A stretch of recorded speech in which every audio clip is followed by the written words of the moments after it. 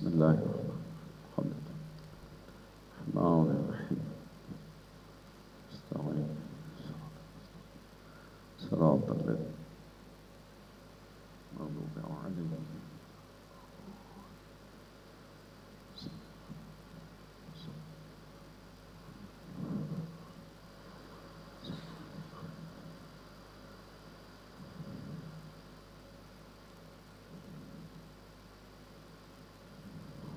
اللهم صل على محمد وآل محمد.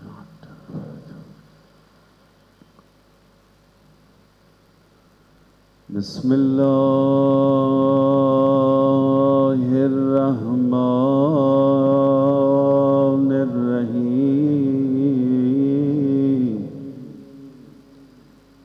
الحمد لله الذي لا مضاد له في ملكه ولا شريك له في خلقه. الحمد لله على حلمه بعد علمه. الحمد لله على عفوه بعد قدرته. والصلاة والسلام على سيد المرسلين وخاتم النبيين أبي القاسم محمد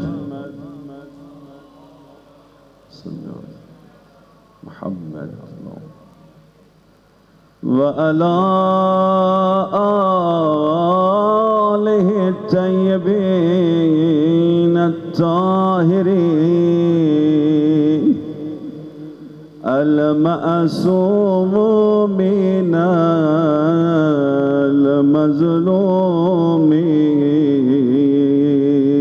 المظلومين. دعا امام زمان علیہ السلام. ہم سب کوشش کریں انشاءاللہ توجہ کے ساتھ، خصوصاً مجلسوں سے پہلے مولا کے ظہور کے لیے جب دعا کرتے ہیں تو ہماری یہ سب سے خاص دعا ہو. بسم اللہ الرحمن الرحیم. اللہم کل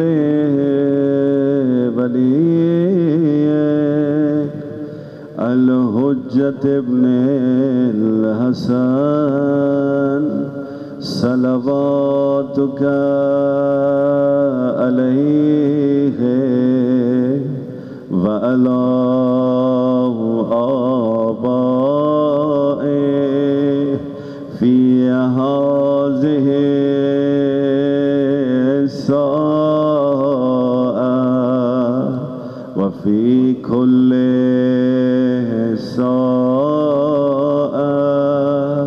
ولیا وحافظا وقائدا وناصرا ودلیلا وعینا حتی تسکنه أرضك توعا وتمتعه فيها طويلا برحمتک یا ارحم الراحمین. صلوات.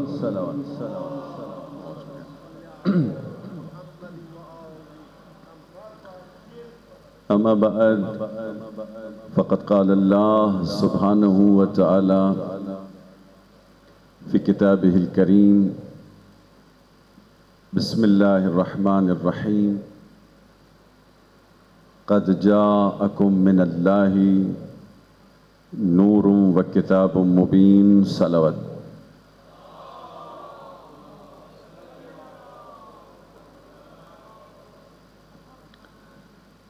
حاضرین گرامی قدر، قرآن و اہل بیت اور دور حاضر ہمارا عنوان گفتگو ہے، اور ہماری یہ پوری کوشش ہے کہ ہم اس دور کے جدید مسائل کا حل یا قرآن میں تلاش کریں یا احادیث اہل بیت میں تلاش کریں. قرآن کریم نے ایک بہت بڑے مسئلے کا حل بتلا دیا کہ اے انسانوں، مسائل اس وقت زندگی میں آتے ہیں کہ جب انسان اپنی زندگی کے مقصد کو بھول جاتا ہے. اگر انسان اپنی زندگی کے مقصد کو سمجھ جائے تو وہ بہت کوشش کرتا ہے ان تمام آبسٹیکلز کو، ان تمام رکاوٹوں کو دور کر دے جن کی وجہ سے یہ انسان اپنے مقصد سے دور ہے. قرآن کریم نے ایک مقام پر انسانی زندگی کے مقصد کو بیان کیا اور راستہ بھی بتلایا کہ ما اسألکم علیہ من اجر الا من شاء ان یتخذ الی ربہ سبیلا. اے میرے حبیب، اپنے امتیوں سے کہہ دو کہ اگر کوئی اجر رسالت دینا چاہتا ہے، کوئی رسالت کا اجر دینا چاہتا ہے، تو وہ اس راستے پر آ جائے جو انسان کو اللہ تک پہنچا دیتا ہے. من شاء ان یتخذ الی ربہ سبیلا، یعنی کوئی ایسا راستہ ہے جو انسان کو اللہ تک پہنچا دیتا ہے. شرط یہی ہے کہ یہ راہ چلنے والا ہمیشہ اس راستے پر ثابت قدم رہے. دوسرے مقام پر پروردگار عالم نے اعلان کیا، یا ایھا الانسان، اے انسان، انک کادح الی ربک فملاقیہ، کہ اے انسان تم مسلسل پروردگار کی طرف سفر کر رہے ہو، تم چاہو یا نہ چاہو. یہ لفظ بتلا رہا ہے کادحن، کدحن، تم چاہو یا نہ چاہو تم مسلسل اس کی طرف سفر کر رہے ہو. فملاقیہ، ایک دن تم اس سے ملاقات کرو گے. یہ قرآنی آیت ہے جو یہ اعلان کر رہی ہے، اے انسان، تمہاری زندگی کا مقصد اللہ کی ملاقات ہے. صلوات پڑھیں محمد وآل محمد.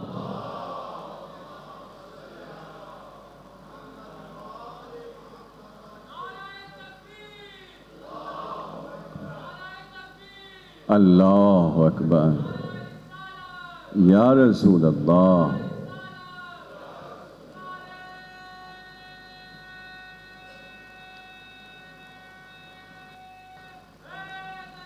یا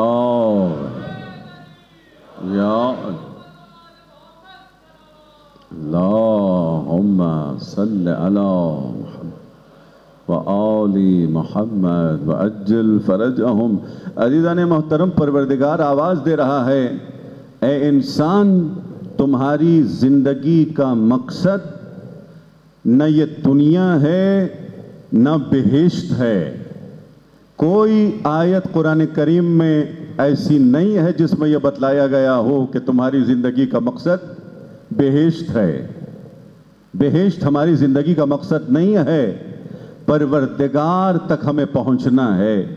بہت ساری آیتوں کو ہم سنتے ہیں اور ہماری توجہ نہیں ہوتی، جسے ہم کہتے ہیں ہمیں عادت ہو گئی ہے، ہم عادی ہو گئے ہیں، ہم مسلسل نماز پڑھتے ہیں، نماز میں جس آیت کی تلاوت ہو رہی ہے، جس ذکر کی تلاوت ہو رہی ہے، اب بس عادت ہو گئی ہے، توجہ نہیں ہے۔ ان آیتوں میں سے، ان سوروں میں سے جتنے اذکار ہیں، جتنے سورے جو مسلسل ہم سنتے آئے ہیں، ان میں سے ایک آیت جو بہت مشہور ہے، جب کسی کا انتقال ہو جاتا ہے تو اعلان ہوتا ہے اِنَّا لِلَّهِ وَإِنَّا إِلَيْهِ راجعون۔ ہم غور نہیں کرتے، ہماری توجہ بس اس اعلان کی طرف ہوتی ہے، مگر یہ آیت اعلان کر رہی ہے کہ اے انسان، تم مسافر ہو، تمہیں اللہ کی طرف پلٹ کر جانا ہے۔ صلوات پڑھیں محمد والے محمد پر۔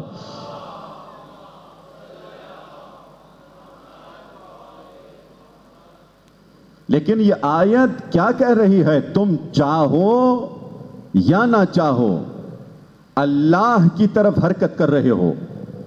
یہ تمہاری مرضی پہ نہیں ہے، لیکن کتنے خوش نصیب ہیں وہ لوگ جو اپنی مرضی سے اس سفر کا آغاز کرتے ہیں اور پروردگار کی طرف خود سفر کرتے ہیں، اپنی محبت کے ذریعے سفر کرتے ہیں، اپنے عمل کے ذریعے سفر کرتے ہیں، اپنے ایمان کے ذریعے سفر کرتے ہیں۔ لیکن پروردگار کہہ رہا ہے، اے انسان، چاہے تو مانے یا نہ مانے، تو میری طرف سفر کر رہا ہے۔ چاہے کافر ہو کوئی، چاہے مومن ہو کوئی، ہر شخص اس کی طرف سفر کر رہا ہے۔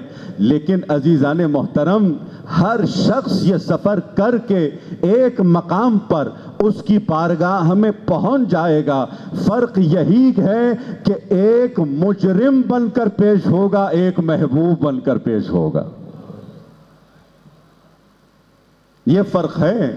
میں بہت آسان کر کے عرفان شیعہ کو بہت آسان کر کے آپ کے لیے پیش کر رہا ہوں۔ جو تفسیریں ہیں عرفانی وہ بہت آسان کر کے نوجوانوں کے لیے پیش کر رہا ہوں کہ سب اس کی بارگاہ میں پیش ہوں گے، لیکن ایک مجرم بن کر پیش ہوگا، دوسرا مومن محبوب بن کر پیش ہوگا۔ فرق کیا ہے دونوں میں؟ جو مجرم بن کر پیش ہوگا وہ اللہ کے جلال کو دیکھے گا، اور جو مومن محبوب بن کر پیش ہوگا وہ اللہ کے جمال کو دیکھے گا۔ اب میں کیا کروں کہ مولا علی کہتے ہیں کہ اللہ کا جمال بھی میں ہوں، اللہ کا جلال بھی میں ہوں۔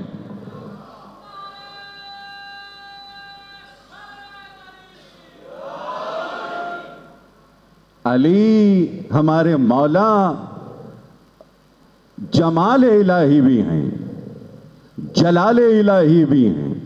میں آپ سے پوچھوں کہ جب کسی کا انتقال ہو جاتا ہے تو کیا یہ شرط رکھی جاتی ہے کہ اگر آپ باایمان ہوئے تو آپ علی کو دیکھیں گے؟ ایسا نہیں ہے۔ حدیث کے جملے یہ نہیں کہہ رہے۔ میرے مولا نے اپنے صحابی سے کہا، یا ہارو ہمدان میں یمت، جو بھی مر جائے یرنی مجھے دیکھے گا۔ اگر مومن ہے تو میرے جمال کو دیکھے گا، اگر منافق ہے میرے جلال کو دیکھے گا۔ یہ فرق ہے مومن میں اور کافر میں، مومن میں اور منافق میں۔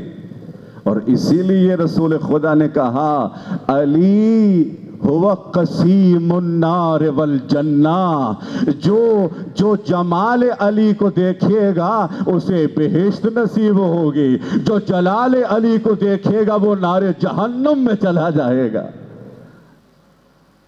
علی قسیم النار والجنہ ہے. لہذا جہاں تقوی کا ذکر ہو وہاں امام المتقین کا ذکر بھی ضروری ہے. واجب ہے کہ انسان امر بالمعروف کرے. آپ پر بھی واجب ہے, مجھ پر بھی واجب ہے, مجھ پر زیادہ واجب ہے اس لیے کہ میں ممبر پہ بیٹھتا ہوں. مجھ پر زیادہ واجب ہے کہ میں امر بالمعروف کروں, یعنی لوگوں کو نیکی کی طرف دعوت دوں, نیکیوں کی طرف دعوت دوں. اب نماز بھی نیکی ہے, روزہ بھی نیکی ہے, حج بھی نیکی ہے, تقوی بھی نیکی ہے, لیکن سب سے بڑا معروف علی کی ولایت ہے. تمام معروف نیکیوں کا ذکر ہو اور علی کی ولایت کا ذکر نہ ہو, علی کی مودت کا ذکر نہ ہو تو مجلس ادھوری رہ جاتی ہے. صلوات پڑھی محمد والے.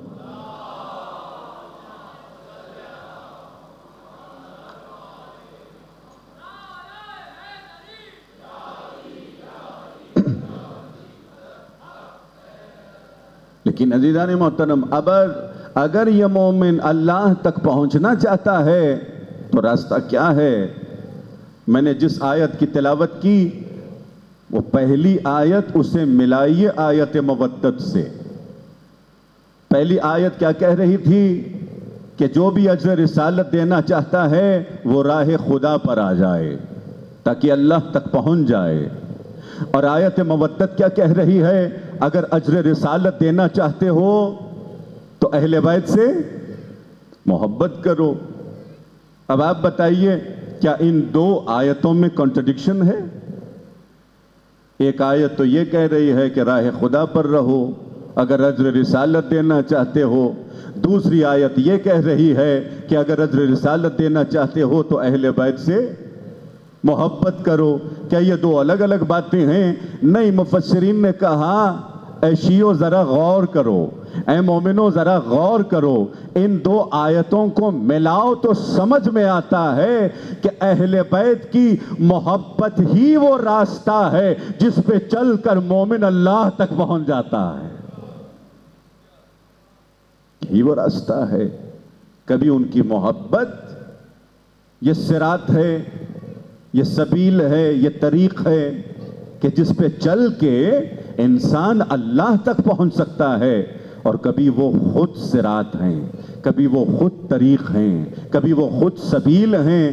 ہم ہر روز اپنی نمازوں میں کہتے ہیں اہدنا الصراط المستقیم, پروردگار ہمیں صراط مستقیم کی طرف ہدایت فرما. صراط مستقیم کون ہے؟ رسول خدا نے کہا علی هو الصراط المستقیم, علی هو الصراط المستقیم. علی صراط مستقیم ہیں, علی صراط مستقیم ہیں. کبھی وقت ہوا تو اس پہ پوری مجلس ہو سکتی ہے کہ علی کیسے صراط مستقیم ہیں. آخر اس کا فلسفہ کیا ہے؟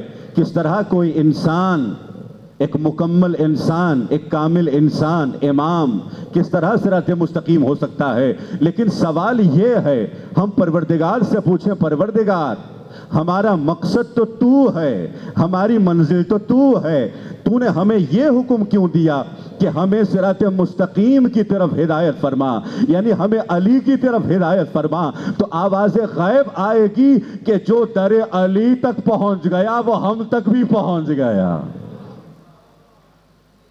اس لیے کہ علی تمہارے ہاتھ کو تھامنے والے ہیں, تمہیں ہم تک پہنچانے والے ہیں. آؤ در علی پر, یہ تمہیں پہنچا دیں گے. صلوات پڑھی محمد والے محمد.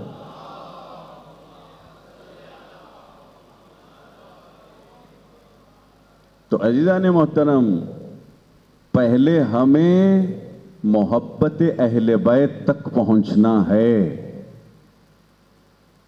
پہلی منزل ہماری محبت اہل بیت ہے, جس سے دوسری منزلیں آسان ہوں گی. اگر ہمارے دل میں یہ محبت خدا نخواستہ کم ہو جائے تو ہم یہ سفر طے نہیں کر سکتے. ہمیں ہر روز اس محبت کو بڑھانا ہے. چلیں اس موضوع کے پیش نظر آج دیکھتے ہیں کہ آج اس دور جدید میں اور ایسا کون سا مسئلہ ہے جو ہمارے بچوں کے لیے، ہماری اولاد کے لیے بہت چیلنجنگ ہے، اور مولا علی ہمیں کیا راستہ دکھلا رہے ہیں، قرآن ہمیں کیا راستہ دکھلا رہا ہے۔ ہمارے اس زمانے کے چیلنجز میں سے ایک چیلنج آج میڈیا ہے، چاہے سوشل میڈیا ہو، چاہے ٹیلی ویژن کے اوپر چینلز ہوں، موویز ہوں، جو کچھ بھی ہم اسکرین پر دیکھ رہے ہیں، اس زمانے کا ایک بہت بڑا چیلنج یہی ہے۔ اب یقین جانیے ماں باپ بہت پریشان ہیں، بہت پریشان ہیں۔ ہم نے ساؤتھ آسٹریلیا میں ایک اسکول اسٹیبلش کیا ہے، ایڈیلیڈ کی بات کر رہا ہوں۔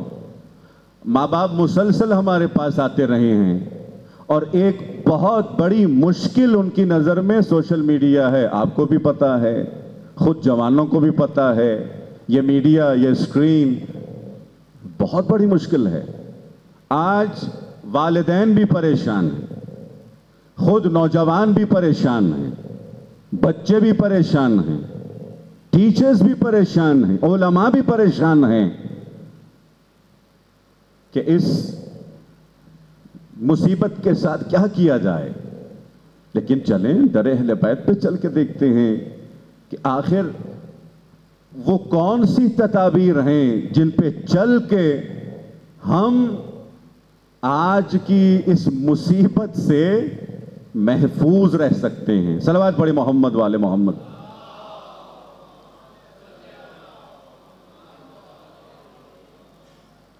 عزیزان محترم، میڈیا کے ذریعے سے ہو کیا رہا ہے پہلے یہ تو سمجھ میں آ جائے۔ وہاں کی ثقافت ادھر منتقل ہو رہی ہے، وہاں کے رسم و رواج ادھر آ رہے ہیں، وہاں کی باتیں ادھر ہو رہی ہیں، وہاں کی فکر ادھر منتقل ہو رہی ہے۔ یہ بہت بڑا مسئلہ ہو گیا ہے۔ اچھا مثال میں دیتا ہوں، ہمارے یہاں ایڈیلیڈ کو دی سٹی آف چرچز کہتے ہیں۔ ہم مختلف شہروں میں رہے ہیں، ان میں سے ایڈیلیڈ کو دی سٹی آف چرچز یعنی ایک دیندار شہر ہے، جہاں دیندار لوگ رہتے ہیں، رہتے ہیں، دوسرے شہروں سے بہتر ہے۔ لیکن جب آپ پرانے کلیساؤں میں جائیں، چرچز میں جائیں، تو آپ کو حضرت مریم کا مجسمہ نظر آئے گا۔ حضرت مریم کا جب مجسمہ دیکھیں گے، وہ پرانے مجسمے، تو آپ کو ان کے سر پہ چادر بھی نظر آئے گی، چادر نظر آئے گی۔ آپ آنکھوں کو دیکھیے تو آنکھیں جھکی ہوئی ہوں گی، گویا یوں لگے گا کہ ان کی آنکھوں میں حیا ہے، ان کی آنکھوں میں عفت ہے، یہ بی بی بتول ہیں، سر پہ مکمل چادر ہے۔ لیکن پھر آپ آئیے، جب یہ دور مزید جدید ہوتا ہے، آج کے چرچز میں جا کر دیکھیے تو سر پہ پوری چادر نہیں ہے، آنکھیں جھکی ہوئی نہیں ہیں، جیسے گویا آہستہ آہستہ حیا ختم ہو گئی، عفت ختم ہو گئی۔ صلوات پڑھی محمد والے محمد۔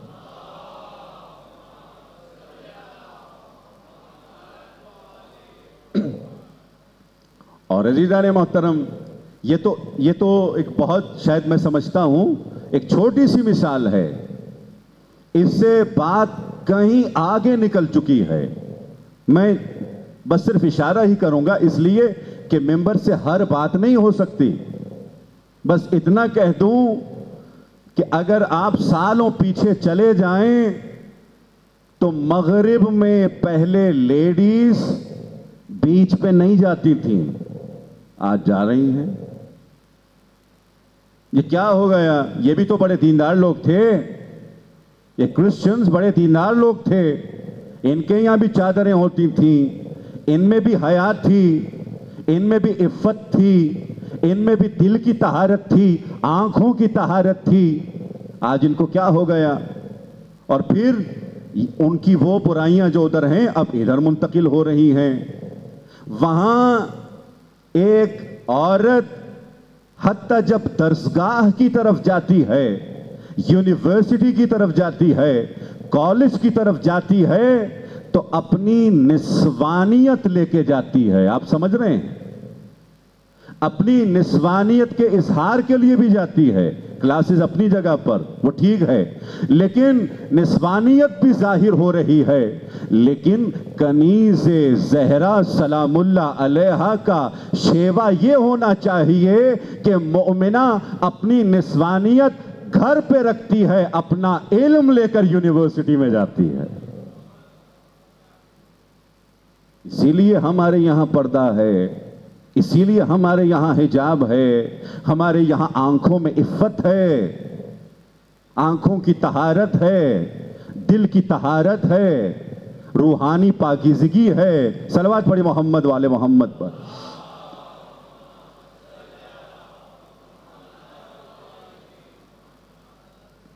اب عزیزان محترم سوشل میڈیا کی طرف آئیے تو یہ تو ایک وسیلہ ہے، اس کی خوبیاں بھی ہیں، اس کی برائیاں بھی ہیں. ہم یہ ہرگز نہیں کہہ سکتے یہاں سے ممبر پر سے کہ آپ دیکھنا ہی چھوڑ دیں، آپ استعمال کرنا ہی چھوڑ دیں. نہیں، ایسا نہیں ہے. کہتے ہیں کہ میڈیا کی مثال خنجر یا چاقو کی ہے، آپ جس طرح استعمال کرنا چاہیں. ہمارے بزرگ بھی یہی کہتے ہیں نا. پرانے زمانے میں بھی تازہ جب لوگوں نے ٹیلی ویژن کے پروگرامز دیکھنا شروع کیے تو سب یہی مثال دیتے تھے. آج ہم ماس میڈیا کے لیے بھی یہی کہہ سکتے ہیں. لیکن دیکھیے گا میں پلٹ کے اس کے بدلنے والا ہوں کہ ہاں اس کی مثال چاقو کی ہے. آپ چاہیں تو اس سے فروٹ کاٹیں، چاہیں کوئی اور چاہے تو دہشت گرد بن جائے، کسی کا گلا کاٹ دے. ہے یہ چاقو. لیکن عزیزان محترم دیکھیے، میں نے کہا میں پلٹ کر کہنے والا ہوں، جو لوگ اس کے کریٹر ہیں، جن لوگوں نے اسے بنایا ہے، انہوں نے اس طرح ڈیزائن کیا ہے کہ ٹھیک ہے چاقو ہے، مگر اس چاقو کا دستہ ان کے ہاتھ میں ہے، دھار تمہارے ہاتھ میں ہے. کس قدر احتیاط کی ضرورت ہے، کس قدر پریکاشنز کی ضرورت ہے. ہم اپنے بچوں کو اپنے ہاتھوں سے یہ چاقو دے رہے ہیں. اتنا معصوم سا بچہ ہاتھ میں ٹیبلٹ، معصوم سا بچہ ہاتھ میں لیپ ٹاپ، ہاتھ میں موبائل فون.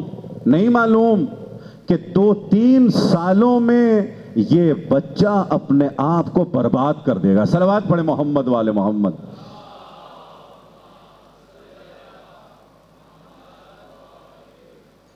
عزیزان محترم دیکھیے، ہم اس کے فوائد سے، اس کی خوبیوں سے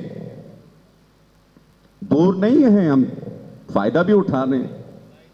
اور الحمدللہ اب دیکھیے ہمارے سامنے بھی جو کیمرہ ہے، موبائل ہے، اس سے فائدہ اٹھایا جا رہا ہے، اسی میڈیا سے فائدہ اٹھایا جا رہا ہے.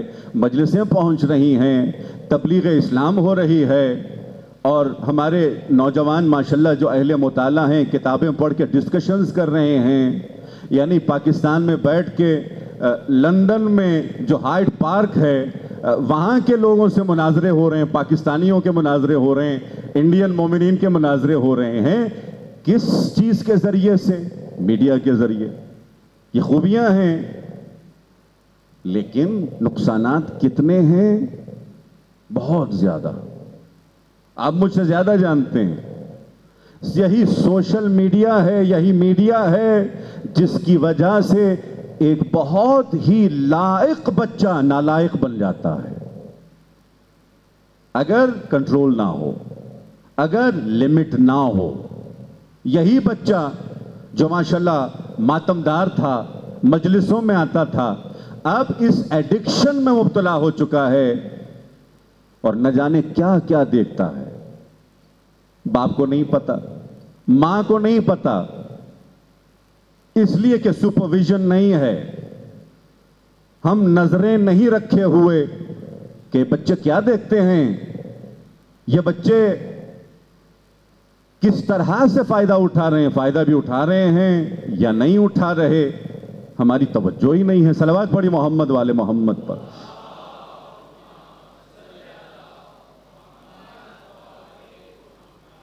اب چلیں در قرآن پر.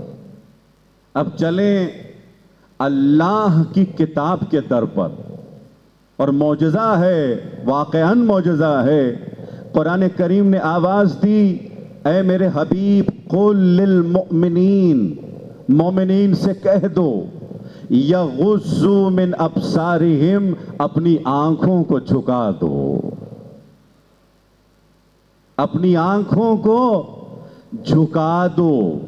اس سے آگے آیت یہ نہیں کہہ رہی کہ جب کوئی نامحرم عورت سامنے ہو، فزیکل کسی شخص کی بات نہیں ہو رہی. یہی تو معجزہ ہے، یہی تو معجزہ ہے. یعنی اگر ماضی کی بات ہوتی تو فزیکلی اگر کوئی عورت سامنے ہوتی تو مومن کی آنکھیں جھک جاتی. لیکن یہ آیت ہمیشہ کے لیے ہے. چاہے تم حقیقی زندگی میں ہو، ریالٹی میں ہو، چاہے تم ورچوئل لائف میں کہیں کسی میڈیا ویڈیو کو دیکھ رہے ہو، تو اپنی نظروں کو جھکا دو. یہ آیت کا معجزہ ہے. قل للمؤمنین، مومنین سے کہہ دو، یغضوا من ابصارہم، اپنی نظروں کو جھکا دو.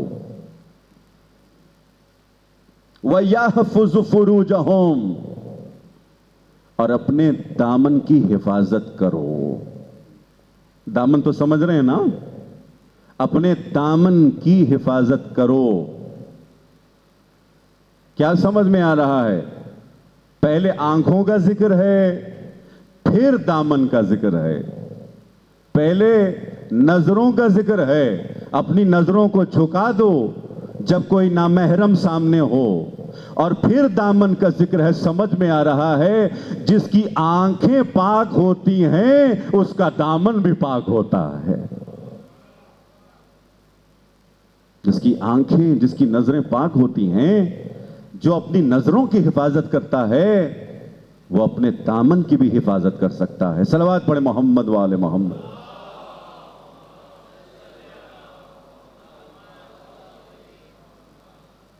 باری دیگر صلوات پڑھی محمد والے محمد. Thank you. عزیزان محترم، اس کا مطلب کیا ہے؟ یہ والدین کے لیے بہت بڑا درس ہے اس آیت میں کہ ہم اپنے بچوں کو کھلی آزادی نہ دیں. یہ حکم ماں باپ کے لیے بھی ہے. قل، اپنے بچوں سے کہہ دو، یعنی سپرویژن ہو، یعنی کنٹرول ہو.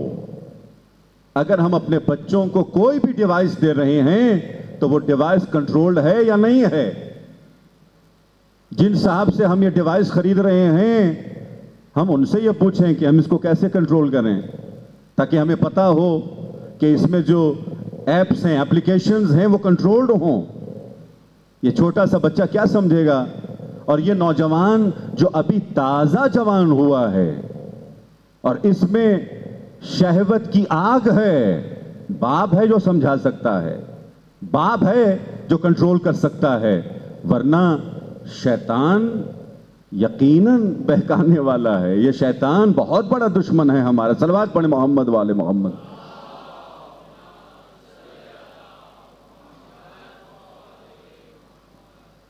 یہ آیت کریم کس قدر خوبصورت ہے. اب چلیں مولا کے در پر. مولا کائنات علی مرتضیٰ علیہ السلام کیا فرما رہے ہیں؟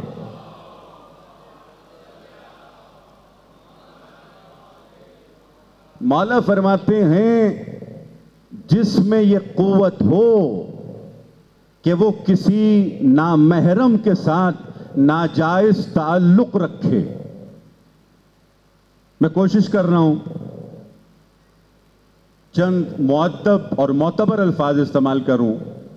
کوئی ایسا لفظ نہ ہو جس سے مجلس کی بے حرمتی ہو، لیکن سمجھانے کی کوشش کر رہا ہوں جوانوں کو. مولا فرما رہے ہیں، نہج البلاغہ میں مولا کا قول ہے، مولا کہتے ہیں وہ مومن جو یہ قوت بھی رکھتا ہے. مطلب کیا؟ اتنا پیسہ ہے، جب پیسہ آتا ہے تو انسان کی شہوت بڑھنے لگتی ہے، دولت آتی ہے تو انسان اور آزاد ہو جاتا ہے، مادر پدر آزاد ہو جاتا ہے۔ لیکن مولا کیا کہہ رہے ہیں؟ اگر پیسہ بھی ہے، قوت بھی ہے، طاقت بھی ہے، اور یہ کسی نامحرم کے ساتھ ناجائز تعلق بھی رکھ سکتا ہے، لیکن نہیں رکھتا، تو اس کا مقام اس مجاہد کے برابر ہے جو میدان جنگ میں شہید ہوا ہے۔ اب ذرا کمپیئر کر کے تو دیکھیں، ایک یہ شخص ہے جو اپنے گھر میں بیٹھا ہوا ہے، ایک وہ ہے جو میدان جنگ میں جا کر اپنی جان کا نذرانہ پیش کر رہا ہے۔ میرے مولا کہہ رہے ہیں دونوں برابر ہیں، اس لیے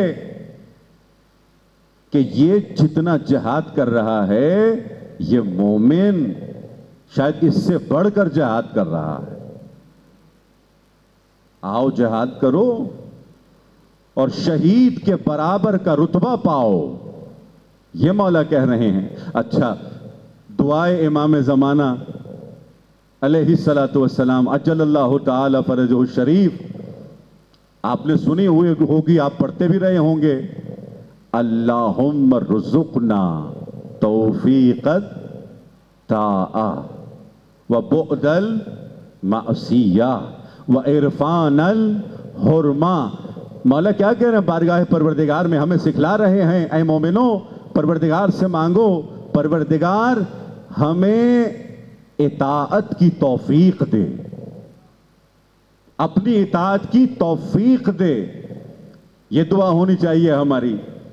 ٹھیک ہے ہم دولت مانگیں، پیسہ مانگیں، مشکلات کا حل مانگیں، لیکن مولا کہہ رہے ہیں اور اوپر آؤ، اللہ سے مانگو پروردگار مجھے توفیق دے میں تیری اطاعت کروں۔ کیسے ممکن ہے؟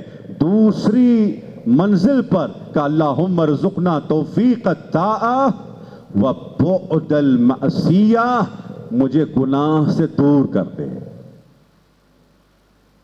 کس طرح ممکن ہے؟ وعرفان الحرمہ، میں اس وقت گناہ سے دور ہو سکتا ہوں جب پہلے مجھے پتا ہو کہ کون سا عمل حرام ہے، کون سا عمل حرام ہے۔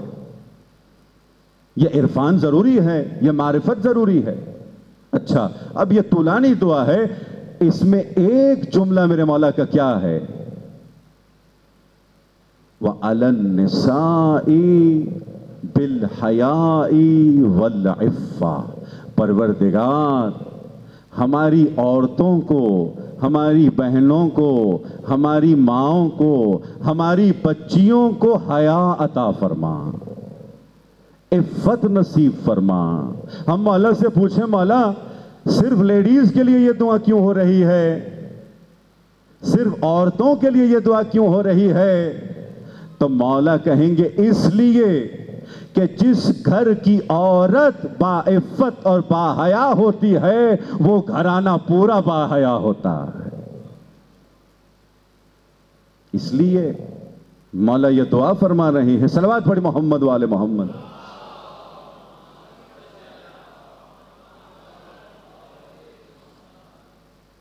عزیزان محترم، حیا شرط اول ہے۔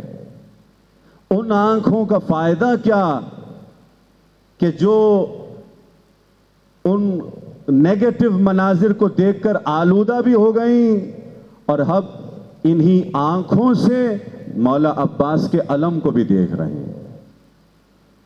جن ہاتھوں سے ہم گناہ کر رہے ہیں یہ ہاتھ آلودہ ہو گئے، اب انہی ہاتھوں سے مولا عباس کے علم کو جا کے ہم بوسہ بھی دے رہے ہیں، ہاتھوں سے مس بھی کر رہے ہیں۔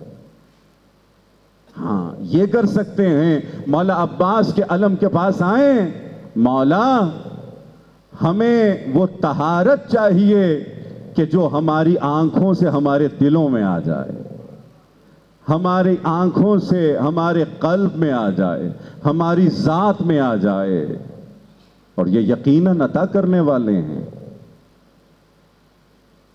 ہم اگر علم پہ جا کے دعا مانگتے ہیں تو دراصل مولا عباس سے مدد مانگتے ہیں۔ ہم مولا علی سے مدد مانگتے ہیں۔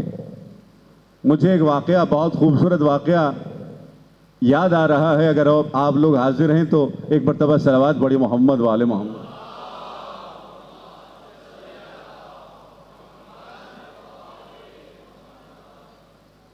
ایک عالم دین یہ کہتے ہیں کہ ہم ہر سال تبلیغ کے لیے جاتے تھے۔ ایک سال ہم ایک ایسے شہر میں گئے کہ جہاں سارے اہل سنت کے لوگ تھے، سارے سنی بھائی تھے، کہ مجھے بہت پریشانی ہوئی۔ ان تمام لوگوں میں نے ایک شخص کو دیکھا جو بہت بزرگ تھا، اس کے دل میں تعصب نہیں تھا، اہل بیت کی محبت تھی۔ میں نے دیکھا کہ یہ متعصب نہیں ہے، لہذا کوشش کرتا ہوں اس کے ساتھ دوستی کروں اور آہستہ آہستہ اس کو راہ اہل بیت پر لے کر آؤں۔ بس میں یہی چاہتا تھا، میرا مقصد یہی ہو گیا کہ اب جتنے دن میں یہاں پر ہوں اس سے دوستی ہو جائے۔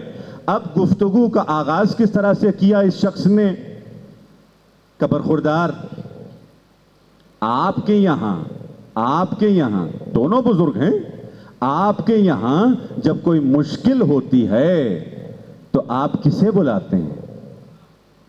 دیہات ہے نا، گاؤں کے لوگ ہیں تو بہت سادہ سی گفتگو ہو رہی ہے۔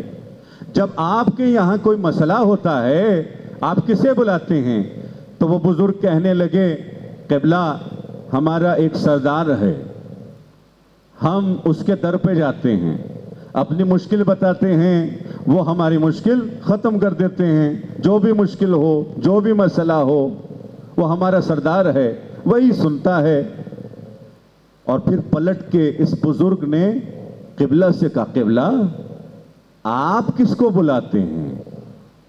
جب آپ مشکلات میں گرفتار ہو جاتے ہیں تو آپ کسے بلاتے ہیں؟ قبلہ نے کیا کہا کہ ہمارا بھی ایک سردار ہے جس کا نام علی ہے، ہمارا بھی ایک سردار ہے جس کا نام علی ہے، لیکن ہمارے سردار میں اور تمہارے سردار میں بڑا فرق ہے۔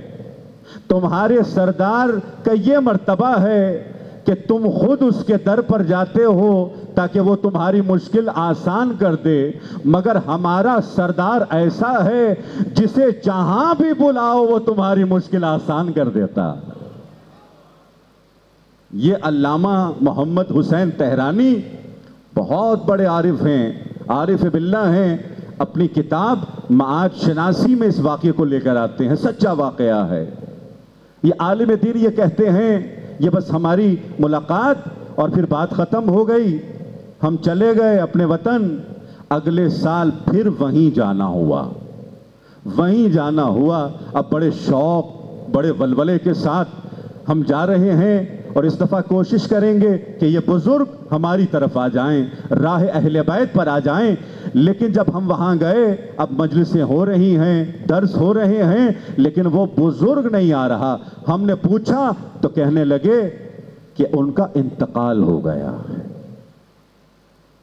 وہ دنیا میں نہیں رہے، رخصت ہو گئے۔ ہم بہت پریشان ہوئے، کاش رہتے تو راہ راست پر آ جاتے۔ دیکھیے یہ دل میں جو رحم دلی ہے علماء کے دل میں، کاش ہر شخص راہ راست پر آ جائے۔ ہم ان کے گھر پر گئے، تعزیت کی، ان کے لیے سورہ فاتحہ کی تلاوت کی۔ ان کے بچے بڑے خوش ہوئے، انہوں نے کہا آپ ہمارے گھر پہ ٹھہریں۔ وہ رات ہم ان کے یہاں ٹھہرے، لیکن جیسے ہی سوئے ان بزرگ کو خواب میں دیکھا۔ اللہ اکبر! یہ علامہ تہرانی نقل کر رہے ہیں، سچا واقعہ ہے۔ یہ عالم دین کہتے ہیں میں نے اس بزرگ کو، یہ خواب صادق کی بات ہو رہی ہے، ہر خواب صادق نہیں ہے، لیکن یہ کہتے ہیں کہ میں نے اس بزرگ کو دیکھا۔ میں نے کہا کہ ماجرا سناؤ، کیا ہوا اس دنیا میں، کیا ہوا؟ کہاں جب ہم اس دنیا میں داخل ہوئے تو فرشتے آئے، ہم سے پوچھا من ربک، تمہارا رب کون ہے؟ تو میں نے کہا پروردگار میرا رب ہے، اللہ میرا رب ہے۔ کہ من رسولک، تمہارا رسول کون ہے؟ میں نے رسول خدا کا نام لیا، کہ لیکن جب انہوں نے کہا من امامک تو میں نے کسی اور کا نام لیا، گرز لے کر آگے بڑھے، گرز لے کر آگے بڑھے، میں نے پھر کسی اور کا نام لیا اور آگے بڑھے، پھر کسی اور کا نام لیا اور آگے بڑھے۔ میں بہت وحشت زدہ ہو گیا تھا، ایک دم سے مجھے تمہارا جملہ یاد آیا کہ ایک سردار ہے جس کا نام علی ہے، جسے جہاں بلاؤ آ جاتا ہے۔ میں نے جیسے ہی یا علی کہا ایک نور ظاہر ہوا، علی کہنے لگے اے فرشتوں اسے چھوڑ دو، یہ ہم سے محبت کرنے والا ہے۔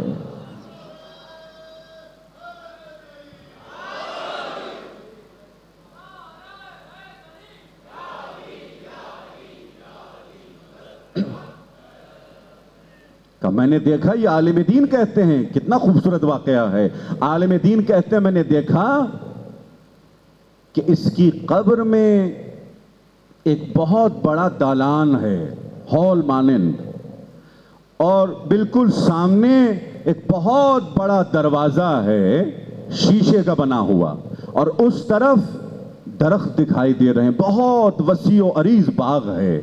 میں نے پوچھا کہ جناب بزرگوار بتائیے ہم کیا دیکھ رہے ہیں کہ آپ اس طرف ہیں اور شیشے کے اس طرف گویا بہشت ہے؟ تو یہ کہنے لگے بالکل آپ صحیح دیکھ رہے ہیں، اس طرف میرا مقام ہے، یہ فرشتے مجھے ولایت کا درس دے رہے ہیں، مجھے امامت کا درس دے رہے ہیں۔ جس دن میرا درس مکمل ہو جائے گا یہ دروازہ کھل جائے گا، میں اپنے بہشت کی طرف چلا جاؤں گا۔ فی الحال میرا مقام ادھر ہے۔ اس بات سے کیا پتہ چل رہا ہے کہ عالم برزخ میں بھی تربیت ممکن ہے،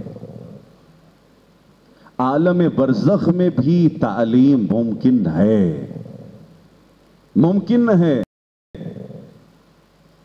وہ حدیث آپ کی سنی ہوئی ہے کہ جو مومن بھی اہل بیت کی 40 احادیث کو حفظ کر لے وہ عالم برزخ میں بطور فقیہ اور مجتہد محشور ہوگا۔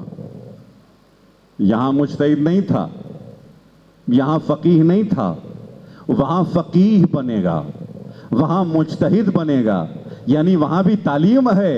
ایک اور حدیث سناؤں کہ یہ چھوٹے بچے جو مر جاتے ہیں دنیا میں، ان کی تعلیم کا کیا ہوگا، ان کی تربیت کا کیا ہوگا، کہ یہ مومنین کے بچے، دیکھیے بہت بڑی منزل ہے۔ اور ہم تسلی بھی دیں ان ماؤں کو جن کے چھوٹے چھوٹے بچے مر جاتے ہیں، ہم انہیں بتائیں کہ دیکھو یہ حدیث کس قدر خوبصورت اور نورانی ہے۔ حدیث یہ بتلا رہی ہے کہ جب بچے مر جاتے ہیں، عالم برزخ میں چلے جاتے ہیں، تو ان کی تعلیم اور تربیت یا حضرت مریم کرتی ہیں یا حضرت زہرا کرتی ہیں۔ حدیث کے جملے ہیں یہ۔ برزخ میں بھی تربیت ہے، تعلیم ہے، لیکن بہرحال قوانین ہیں، اصول ہیں۔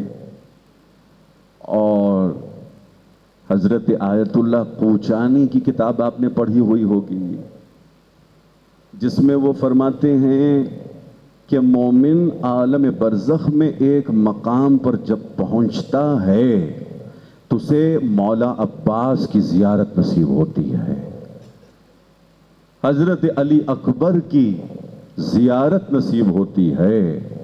اور یہ مومن جب دیکھتا ہے گویا اسے یوں لگتا ہے کہ حضرت عباس بھی جنگ کے لیے تیار ہیں، حضرت علی اکبر بھی جنگ کے لیے تیار ہیں۔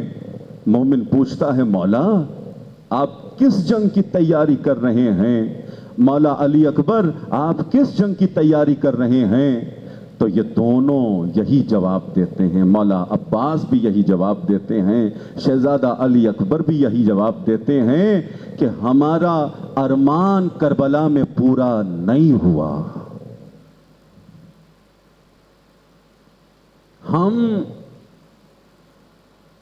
مہدی برحق کے ظہور کا انتظار کر رہی ہیں۔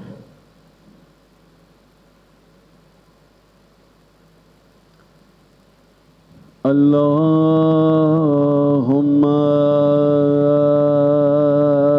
صلی علی محمد و آل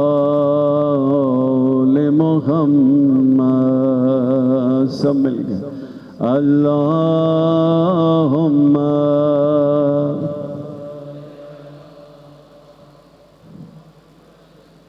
و آل محمد، ماشاءاللہ۔ اللہم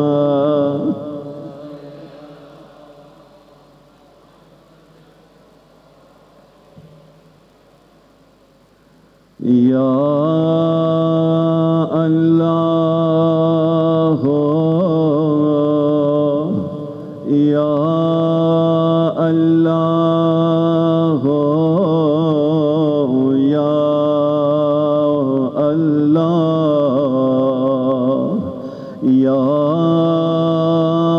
اللہ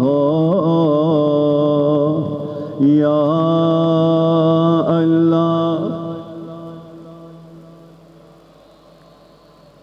توجہ کے ساتھ آواز نے پروردگار یا اللہ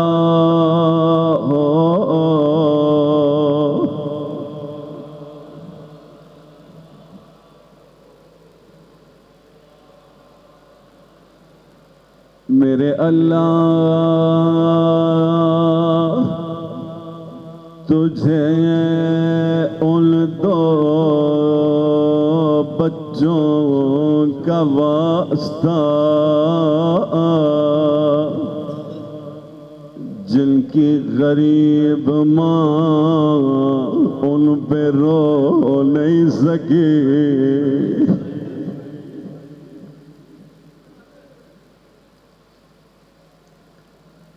شب عاشور زینب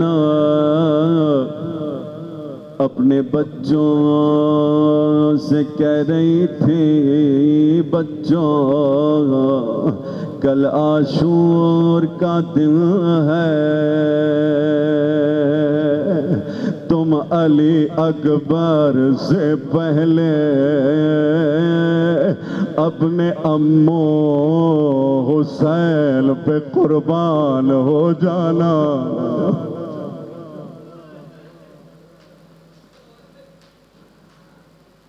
اور بچوں یاد رکھنا، جنگ کرتے ہوئے اگر فرات تک پہنچنا، پانی نہ پینا، اس لیے کہ کل سکینہ پیاسی ہوگی۔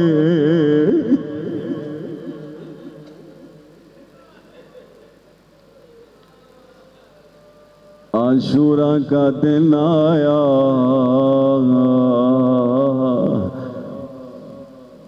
اس عظیم ماں نے بچوں کے لیے اجازت لی، بچے مقتل کی طرف گئے۔ جعفر طیار کے پوتے ہیں، حیدر کرار کے نوازے ہیں، بڑی شجاعت سے جنگ کے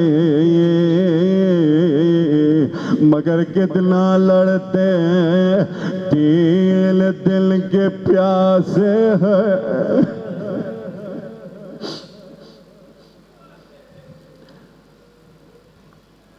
لڑتے لڑتے ایک مرتبہ ایک بھائی کو گرز لگا، دوسرے بھائی کے سر پہ ضربت لگے،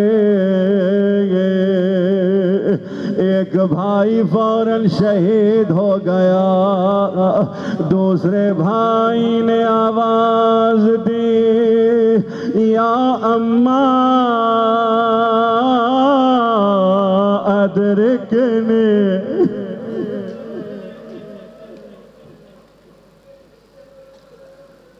مولا حسین پہنچ گئے، کتنا سخت تھا مولا حسین کے لیے، دو ننھے ننھے لاشیں دیکھ رہے ہیں، کیا دیکھا ایک بچہ بھی زندہ ہے، فوراً حسین پہنچ گئے، بچہ کہتا ہے مامو جان ہماری اماں سے کہنا ہم فرات کے کنارے پہنچے تھے، ہم نے پانی نہیں پیا،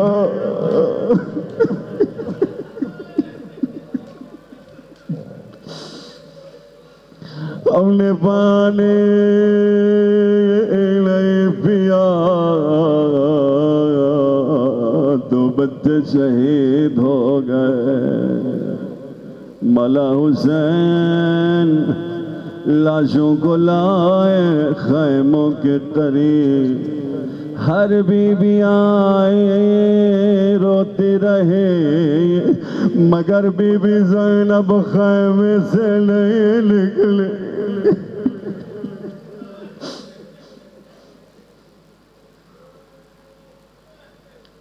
بیویوں نے سوال کیا شہزادی آپ باہر کیوں نہیں آتی؟ شہزادی کا ایک دکھ بھرا جملہ ہے، کہا اگر میں باہر آؤں میری وجہ سے میرا بھائی شرمندہ ہو جائے گا کہ ہاں میری وجہ سے تیرے بچے شہید ہوئے۔ اللہ اکبر، یہ ہے وفائے زینب۔ حسین نے خود زینب کو بلایا، میری بہن آ جاؤ، اپنے بچوں کو دیکھو، بچوں کا دیدار کرو۔ کیا عظیم ماں ہے، باہر آئے روئی نہیں، دو لاشوں کے درمیان زینب نے سجدہ کیا،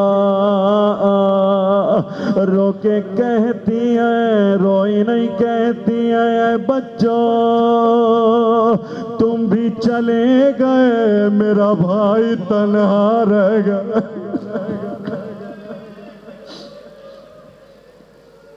اب کون نصرت کرے گا؟ بس عزاداروں شام میں غریبہ ہوئے، ہر ماں اپنے بچے پہ روئی، مگر زینب نہیں روئی۔ 11 محرم کا دن آیا، قافلہ مقتل سے گزر رہا تھا، ہر بی بی اونٹ سے اتری، ہر ماں اپنے بچے کے لاشیں کے پاس گئے، مگر زینب و محمد کے پاس نہیں گئے۔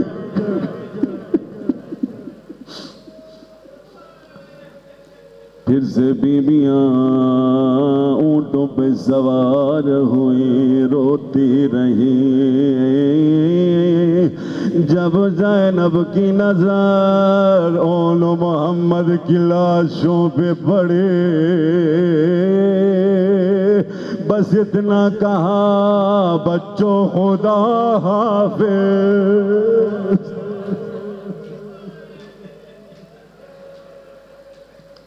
یہ قافلہ کربلا سے کوفہ، کوفہ سے شام گیا، ہر منزل پہ نیزوں پہ سر تھے، تو ننھے ننھے سر دکھائی دیتے تھے، مگر زینب نہیں روتی تھی۔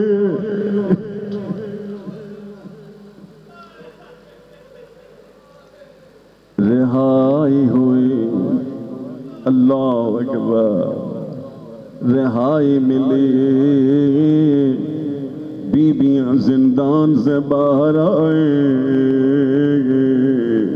اب ہر شہید کا کٹا ہوا سر آتا ہے، مارو کے آگے بڑھتی ہیں، اپنے بچے کا سر گود میں لیتی ہے، مگر جب آل محمد کے سر آئے زینب آگے نہیں بڑھی۔ شامی خاتون کہتی ہے کیا ان بچوں کی ماں مر گئی ہے؟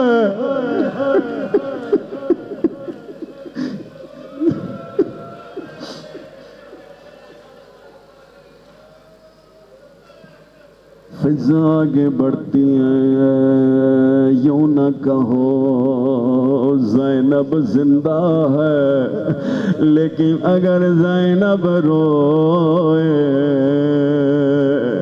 تو میرا باپ کو کون تسلی دے؟ اگر زینب روئے تو کلثوم کو کون تسلی دے؟ بس زادارو یہ قافلہ کربلا پہنچا، ہر بی بی اپنے بچے کی قبر پہ گرے روتی رہے، مگر زینب و محمد کی طرف نہیں گئے، نہیں روئے۔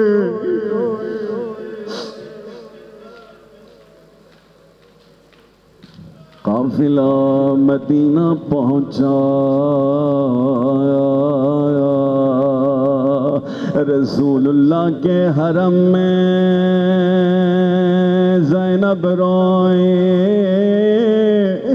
اپنے حسین کو روئے، اپنے اکبر کو روئے، عباس کو روئے، مگر اپنے بچوں کو نہیں روئے۔ مگر جب ساری بیویاں اپنے اپنے گھر میں چلی گئیں، زینب کی ذمہ داری تمام ہوئے، گھر میں آئے، کہا عبداللہ مجھے نہ روکو، اولو محمد کے حجرے میں گئے، دو چھوٹے چھوٹے مسلح اٹھا، کربلا کا رخ کیا، بچوں مجھے معاف کرو۔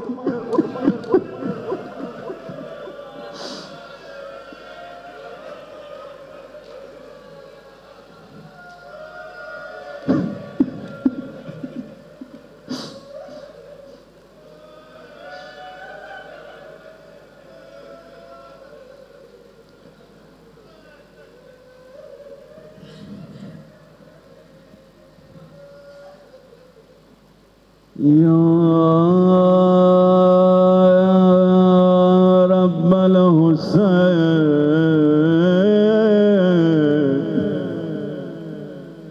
بحق الحسین ارزقنا زیارت الحسین وشفاعة الحسين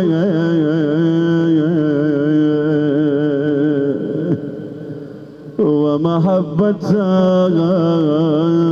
الحسين.